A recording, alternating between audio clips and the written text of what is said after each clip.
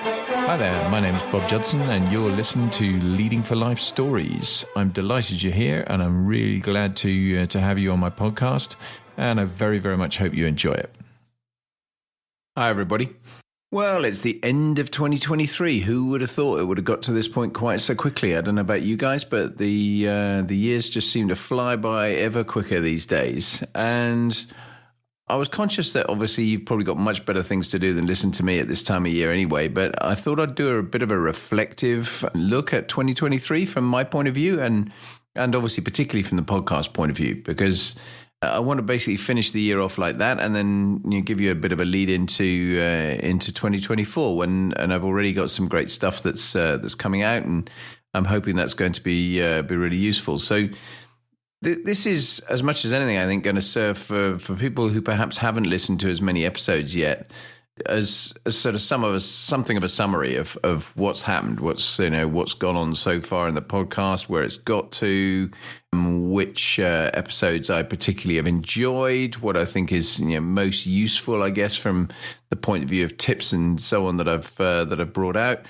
And I hope that's useful. That's the intention. That's always the intention with these things. But as ever, your feedback will give me some kind of clue as to how useful it was, I suppose. 2023 has been an interesting year for me. I mean, personally, I not only was the podcast new, and I'll come back to that as to why I started it, what I think about it, how I'm kind of setting it up, and how I've assessed myself, I suppose, in terms of it going and what I've learned from it. But it's also just been an interesting year because I was really, really busy when I first set myself up as an independent. For the first 3 years from 2019, I was full throttle, including right through COVID. I was very busy working for the government on the COVID task force in the cabinet office as part of that. And that was a really interesting time, obviously, with everything that was going on. And it was good just to be very busy when I know so many people had lost all their work. And indeed, all my kind of normal training work had dropped by the wayside just before I got asked to come and support the cabinet office on the crisis management side. And I've been doing some stuff with Deloitte University, and which I love doing, and I get a huge amount from that when I go and facilitate for their courses. And I've been doing some work for KWC Global. I've got a couple of other things that are on the burner, I suppose, one of which is working for a company called Arcadia Consulting, who I've on the cusp of, I think, doing more work for or doing some work for, paid work for. And that's going to be really interesting if it kicks off. And I've also been doing some personal stuff on the coaching front. So it's been busy, but it's not been as busy as I wanted it to be. And it's been, a kind of doldrums kind of year, really, for the most part. And that's been the case from really March 22. It's been really quiet. And I don't know why. It was one of those kind of peaks and troughs and highs and lows of being an independent consultant that, life suddenly got quieter, and now it's picking up again, and it's exciting that it's picking up again. I've got a pretty busy start to 2024, I think. I'm still looking for more stuff, and I'm always interested in generating things out of what I'm doing, not least with the podcast. If there's work to do and speaking engagements to do and facilitation work to do, then that's absolutely where I want to focus, because that, I think, is firmly my sweet spot these days, and that's what I love doing. But that has generated lots of challenges, because it's I don't like being not busy. I don't like being in a position where life's too quiet and I'm twiddling my thumbs a little bit and thinking I should be busier doing other stuff. And I'm probably much more productive I'm definitely much more productive when I'm feeling the pressure and I've got deadlines to hit and I've got work to do and I've got stuff that I've got to achieve. If I've got all the time in the world, then I'm really not as productive as I might be. And that has not helped. So I'm glad that it's starting to shift in the other direction, and I hope that continues, because I enjoy what I do and I want to very much continue doing it. 2023 has also been the podcast year, though, and I guess it's worth just reflecting on that a little bit, because why did I start it? I started it because it seemed like it was going to be an interesting way to get some information out there that I thought was going to help people generally and give them some useful advice and inputs and just some interesting listening experiences. And it was also shamelessly a way to try to get my name out a bit further and expand my profile a little bit with some people that perhaps weren't aware of who I am, what I do, what my background is. and start doing kind of some quasi business development, I suppose, through the podcast. And it hasn't really done that yet, but it's certainly getting as much traction as I could have hoped, I think, at this stage. And I'm really pleased with the feedback I've had and the sort of success metrics that at least I can see in terms of looking at the number of downloads versus the number of episodes. I mean, this is episode 22, so it's a pretty early doors for this. It's a new podcast. It's a crowded market. There's an awful lot of things out there. There's an awful lot of things in the business space as well that are out there. So actually, I'm conscious that I am in that kind of space, but I think the combination of the personal stories that I've been doing, the thematic stuff that I'm doing, and particularly the guests that I've brought it's surprised me. I've actually really enjoyed making the episodes. I found that quite cathartic, I suppose, in some ways, particularly the personal stories type stuff. It's really forced me to kind of refresh my memory on things that I haven't thought about for a very long time and bring those back to the fore. And it's allowed me to put out some stuff and sort of set some, I suppose, sow some seeds for some of the things that I do on the leadership development front, and hopefully that's useful and providing people with some things to at least think about and get their kind of brains working a little bit about, are they doing enough of this? Could they do more of it? Do they need to think differently about things and so on? But it's the guests that have really, really, I guess, surprised and delighted me. Because so many people have been so generous in terms of supporting and saying, yeah, they'll be interviewed and they'll be very forthright in those interviews and producing some really quality stuff, I think, in terms of useful input from their point of view into the kind of wider world. Because the variety of people that I've already had, I think, has brought variation, but it's also brought some consistent themes. I mean, those who listen regularly will know I try and ask consistent questions. I tend to stick with similar questions for pretty much most of the interviews, and then add some specific ones for each interviewee that's relevant to their particular area of expertise, and those have generated some really interesting additional themes, I suppose. But kicking off on the guest front, I mean, General David Petraeus, amazing to get him. I was really, really touched and pleased that he agreed to do it. He's a man that commands huge fees when he goes on the speaking circuit and so on. So actually, to get him to do a podcast for me that was effectively a bit of a one-man leadership manual, I thought was quite extraordinary. I mean, I was over the moon that he would do that, and everyone that's listened to that has been very complimentary about it. I think it was useful to set out some stuff with my co-founder of Leading for Life, Susie Ballantyne, and give a bit of a flavour of what Susie's all about. And again, I think that's gone down well with the feedback I've had from it. Phil Crossman, old friend of mine, former managing director of Honda UK. Really interesting, not least on the leadership front, him having gone through a lifetime really in the motor industry, but also his perspectives on the future of the motor industry and the challenges that are out there with respect to what's going on with climate and everything else that is definitely a really interesting dynamic that adds to this. Philip Natterman at McKinsey, again, fascinating career, long career with McKinsey and really in a very important consultancy. Terrific guy to talk to. Jenna Littler, Burberry, high-end fashion, luxury fashion, some fabulous stories. I loved that interview. I thought she was so engaged, so happy to talk about pretty much anything and everything. And I thought that was really great.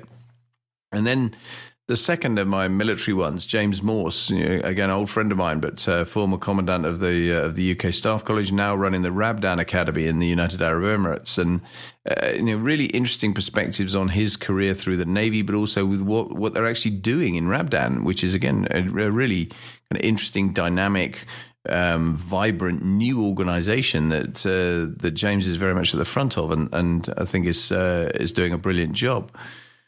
And then I was, again, very, very lucky to get two eminent peers. Mark Sedwill, first former cabinet secretary, former national security advisor, amazing insights from a whole range of different things that he's done and different leadership experiences that has taken him to the very top of the civil service as the head of the UK civil service.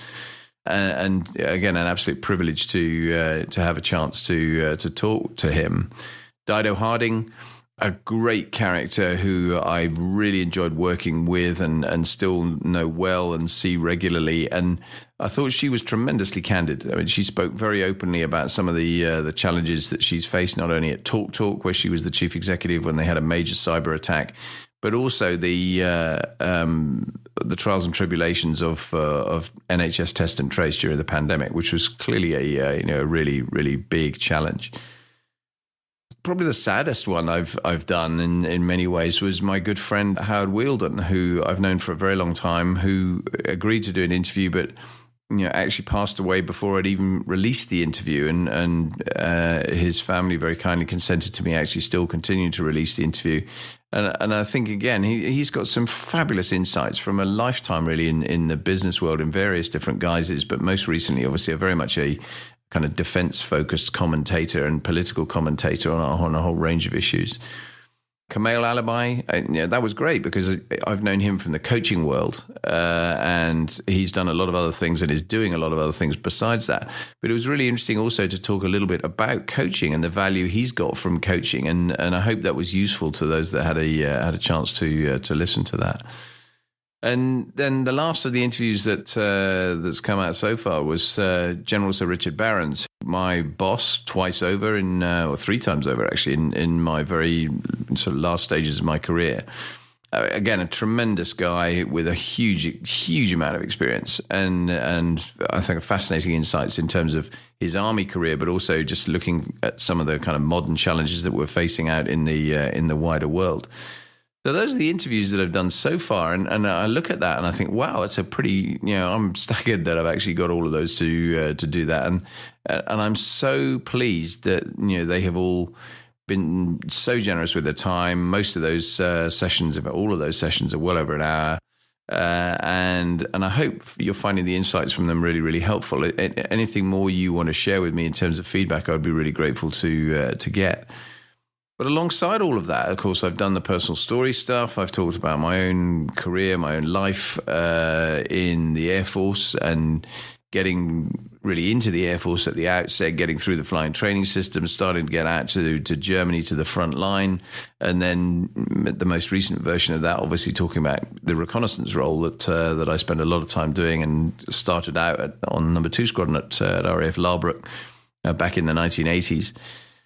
And again, I think it's been cathartic for me. It's been interesting for me to just reflect on some of those things and reflect on actually what I have learned. And I guess my most recent episode immediately prior to this, last week, just before Christmas, I talked about gratitude and keeping in touch on that episode. But the thing I didn't say on it was actually, I really have found, as I've done my own reflections on some of these episodes, just how lucky I've been. I mean, some of the opportunities I've had and the stuff that I've been able to do, it's been absolutely tremendous to do that. And yeah, sure, you make your own luck to some extent. And I've worked hard to get to some of the things I've done and had some opportunities I've had to work extremely hard both to get them and also in those roles.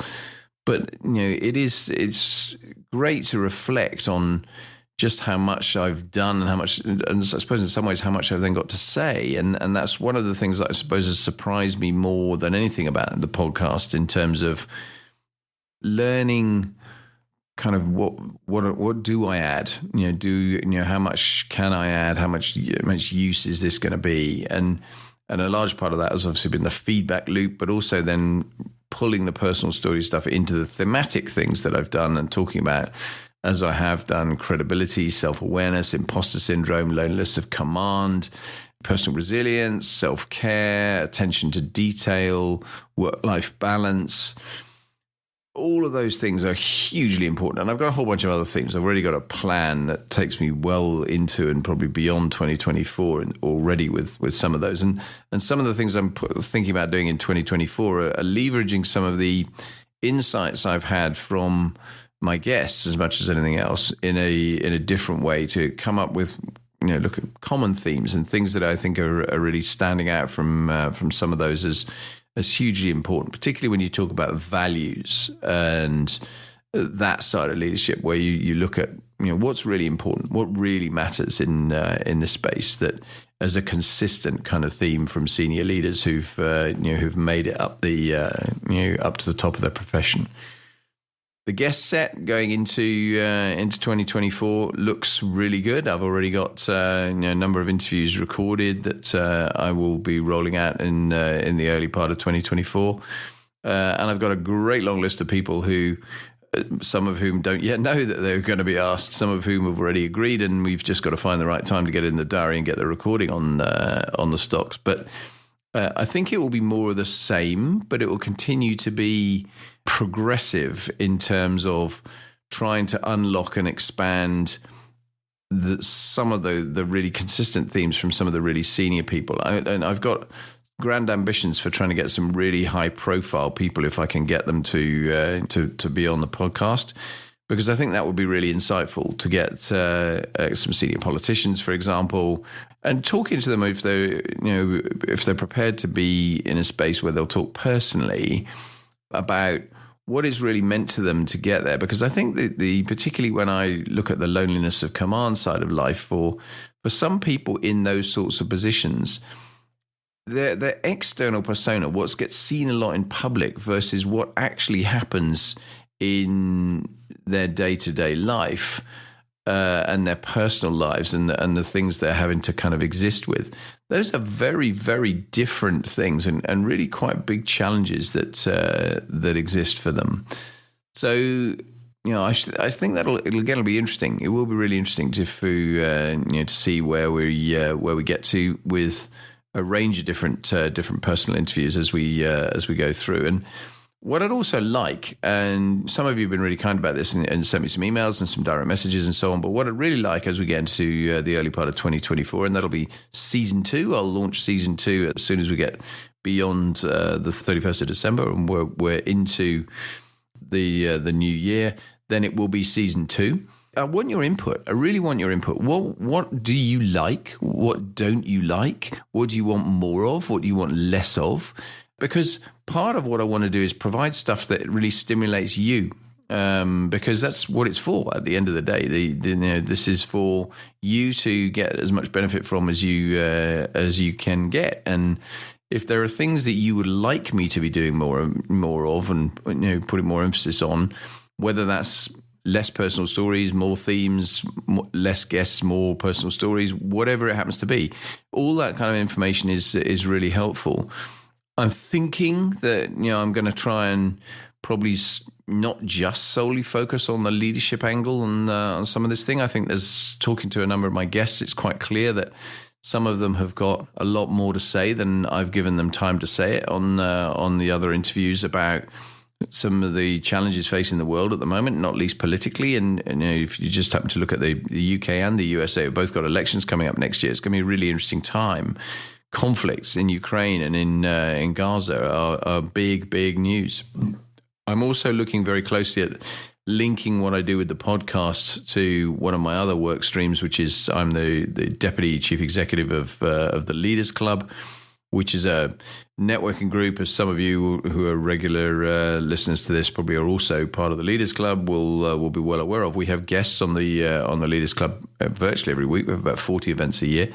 And they're tremendously insightful, some of the things that they bring there. But I think there's an opportunity to meld what I do on the podcast and also what we do on the Leaders Club to an extent, and hopefully give you some really great additional insight that comes from some of those. So that's a long-winded way of saying that I want more from you. I want your feedback. I want your reviews. I want your really unvarnished comments, because that is the way this thing gets better.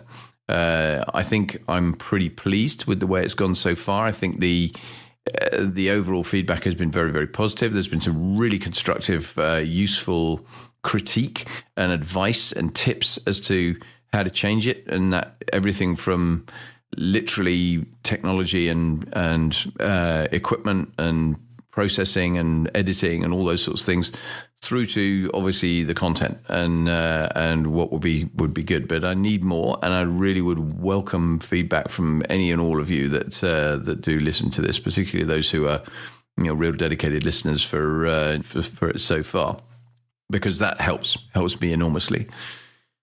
But I want to close. I don't want to make it a long episode, as I said at the beginning. I think you've probably got better things to do on New Year's Eve when this episode will launch, and it's really setting the scene for next year. What I want to do is thank you above all else, because if you are listening to me regularly, then that's time you could undoubtedly be doing other things with, and I am very, very pleased and delighted that you are choosing to spend some of your time with me.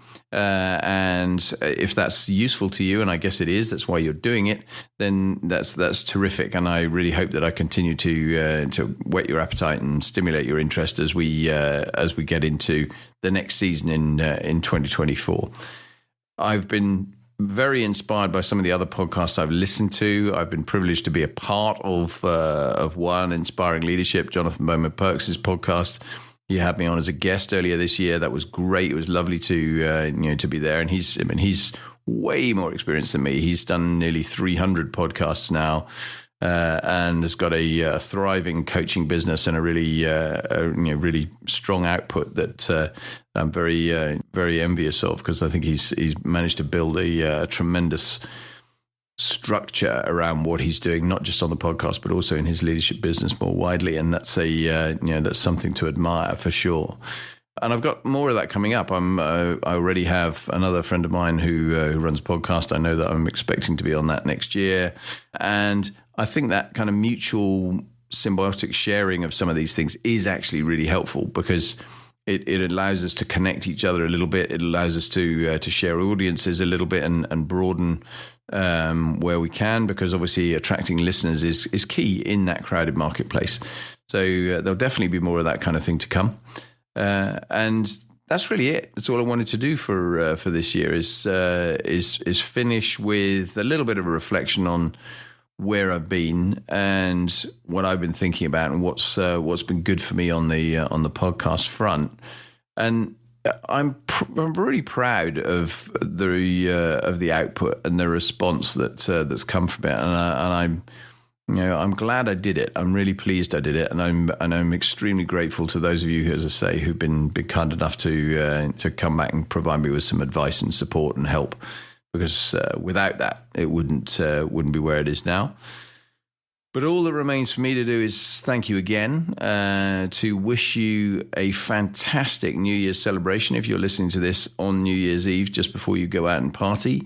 And if you're already into 2024 by the time you listen to this, then have a fantastic year. I really hope it brings you health, happiness, and all that you would wish for your life and the lives of your those near and dear to you. So once again, thanks very much indeed. All the very best, and I will speak to you again very soon with a more constructively focused episode than this one has been. But thanks a lot. Bye now.